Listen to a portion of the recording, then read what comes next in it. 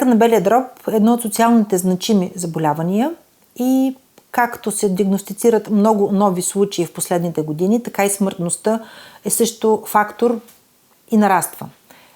2019 година Американският онкологичен център публикува данни, че смъртността от рак глобално за целия свят намалява с 29% и това важеше в пълна сила за рака на белия дроб и за рака на гърдата. Това, което мога да ви кажа за България, по статистиката, с която разполагаме, че тенденцията за намаляване на смъртността от рак на гърдата в България е факт, което означава, че добре лекуваме тези пациенти, но по отношение на смъртността за рак на белия дроб, тази световна тенденция в България все още не е факт. Тоест ние имаме едно задържане и плато на тази смъртност и тя все още е висока в България. Длъжници ли сме на пациентите с карцином на белия дроб? Най-вероятно да. Първото нещо е правилното поставяне на диагнозата. И именно тук персонализираната медицина помага. Тоест, преди да предприемем каквото и да било лечение, ние трябва да поставим правилна диагноза.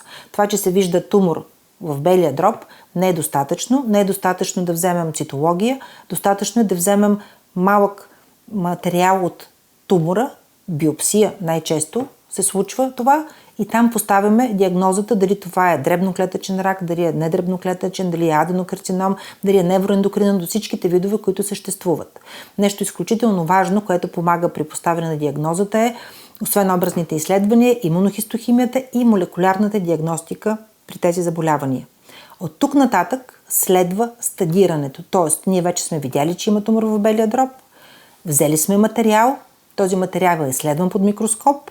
Освен това, на тази малка тъкан ние сме успели да направим молекулярна диагностика и сме определили, че при този тумор, примерно, има активиращи EGFR мутации, следва да направим стадиране при този пациент, т.е. да разберем колко е разпространено заболяването. Това се постига, когато използваме PET скенер, нещо, което всички познават и искат да бъде направено, но мога да ви уверя, че скенера с контраст е стандартът, който е наложен за стадиране при тези пациенти, т.е. ние да разберем колко е разпространено заболяването.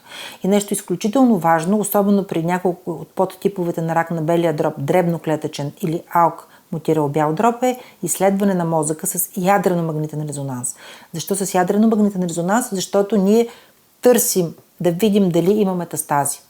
Не очакваме, но ние трябва да знаем цялата картинка и тогава да започнем лечението съобразно генетиката на тумора.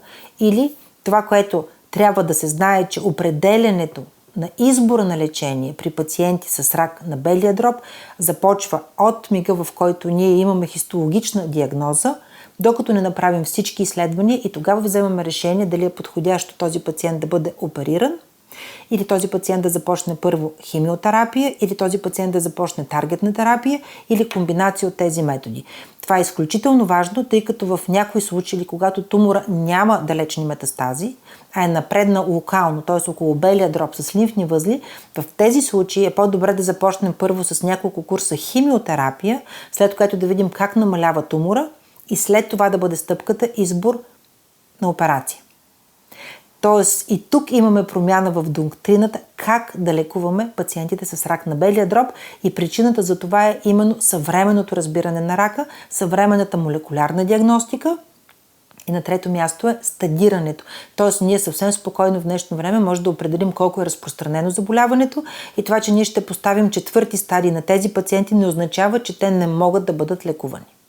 Молекулярната диагноза изисква преди да започнем лечение, да сме изследвали EGFR мутациите, ALK мутациите, PDL експресията, но ние знаем и друг вид абнормалности, които може да има тумора и за това желанието ни да поставим молекулярна диагностика не е на определени точкови мутации, а искаме да правим генетично изследване с секвениране, т.е. една малка туморна тъкан да изследваме за всички известни абнормалности, защото те действително определят кой вариант да бъде първи при тези пациенти.